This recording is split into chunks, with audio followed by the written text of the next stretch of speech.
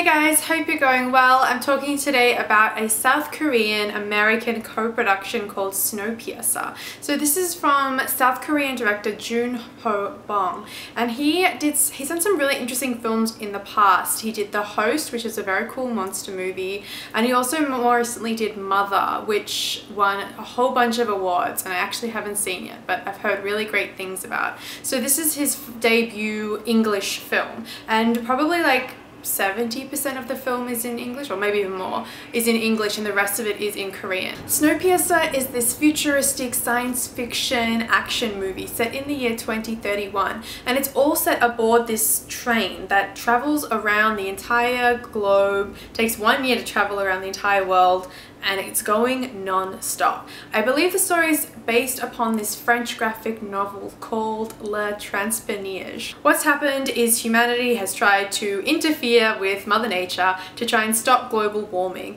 and accidentally triggered this perpetual ice age, which has taken out the entire humanity. All those except the passengers aboard the train, the Snowpiercer. And as you can imagine, when people are in a confined space and trying to find a way to establish order and a system, this dictatorship has emerged, and the train has been broken down into a class system. So those at the front of the train are the higher, more well-off people, and those at the back of the train are in the slums. There is such an impressive cast in this. It is kind of mind-blowing. Chris Evans is this excellent sort of reluctant hero. He's quite stoic. He's got a very dark and mysterious past. Sometimes through the movie I just want him to lighten up and crack a joke, but really he's very, very serious, and it's not until a bit later on that you realize why he's been made this way. I mean, he's been aboard the train 17 years, it's just how long the train's been running, but he's also experienced 17 years on Earth before the actual ice age. So he knows what he's missing out on, and he knows what it is he's fighting for. Whether someone like his second in command, Edgar, played by the phenomenal Jamie Bell. Oh my god, Jamie Bell. Okay, so Edgar is a train baby on the other hand, and he was born aboard the train. He doesn't know anything but train life. So when the passengers at the tail end decide to revolt, they're sick of the living conditions, of being treated as less than human. They want to make a revolution and take over the engine and run the show.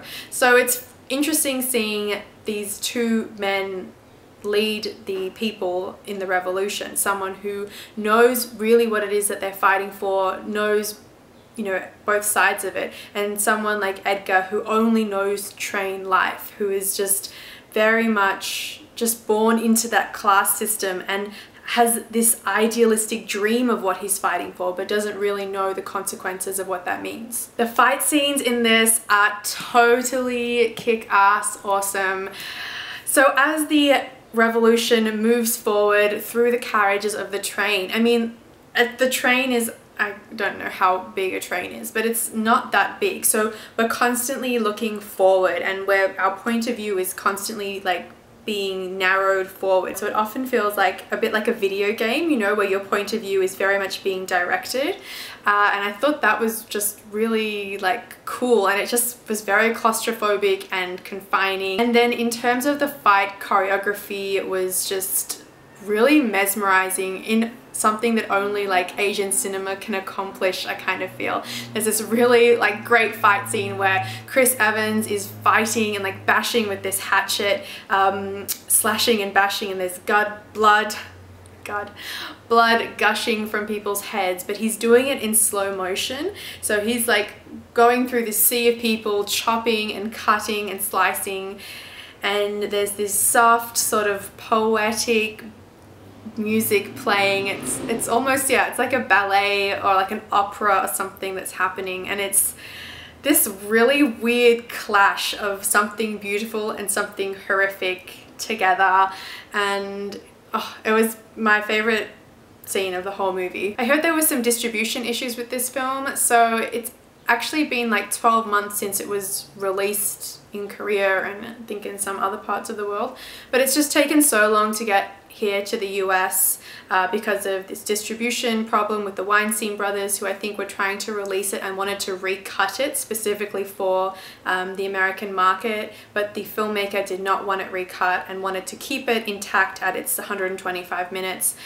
So because of that, there was issues with its release date, and I think they're only they're doing a platform release, so it means they're only releasing it in about 8 cinemas across the entire country, and then they're going to judge it and see if they're going to give it a wider release. So fingers crossed it gets a wider release, because I really think it's a notable film and it deserves a little bit more attention. It's just a really cool hybrid baby. It's got something Hollywood and more conventional, and something a little bit different in this Asian South Korean blend and view of storytelling. I just think it's a really good movie, and I highly recommend you check it out if you get a chance.